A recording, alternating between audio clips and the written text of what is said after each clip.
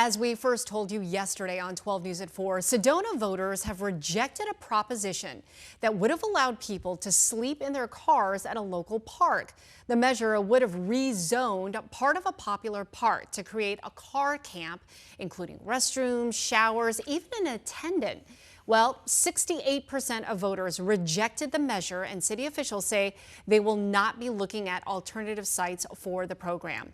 Defense attorney Hector Diaz joins us once again to dive into this case. Hector, this is a really difficult situation. I mean, on the one hand, you've got people who are sleeping in their cars. These, for the most part, they're workers, they're employees at a lot of these resorts and restaurants because they can't afford a place to live. So, I mean, you know, they're the backbone of these businesses.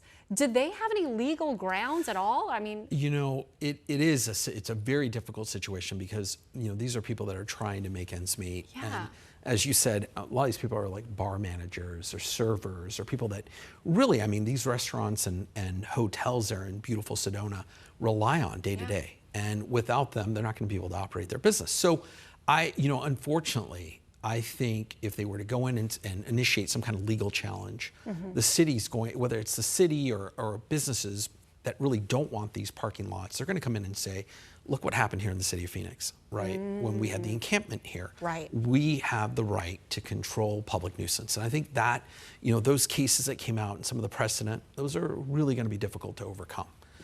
So what really option do they have? I mean, they can't afford a place to stay, so what next? I think the solution here lies with the private businesses there in Sedona. There's some very, you know, fantastic resorts. For those of us that have been there, it's great. I love it. I mean, it's a major tourist destination from all over the world. You're going to see the national chain hotels and some of these restaurants go into city council and say, okay, we passed this law, but we've got to have a solution now. Right. You know, because, I mean, I read a statistic that it's $3,500 a month for rent there in Sedona, and that's just through the roof. So they're going to have to come with a solution, whether we see some kind of a parking space that's a little more further removed. There's going to have to be some kind of accommodation here.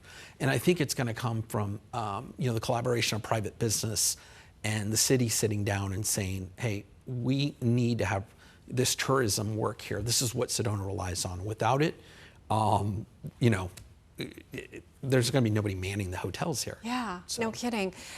So I'm just going to throw out a scenario, right? So let's just say they're not homeless and they're sleeping in their car just to work in, let's just say, these restaurants or these resorts or what have you, but maybe they've got a home in Prescott. Maybe they got a home in Cottonwood, a nearby city, and then what? You know, I think now you take out the issue that we saw here in the city of Phoenix, which a lot of the business owners here were saying this is a public nuisance. You have people that are homeless that are engaging potentially in drug use and crimes and all sorts of other things that were, you know, we heard about business owners coming out of their front door and seeing hypodermic needles on the ground. Yeah. This might be the argument that they could kind of fashion here. But whether it's a legal argument that, you know, we're going to see, you know, lawsuits fly back and forth, I don't know that that's the solution here. I think that we are going to see that, hey, these are people that just want to work. Right. That's it. And they need to work. Absolutely. Yeah. All right. Hector, thank you. We've got 2 more cases coming up.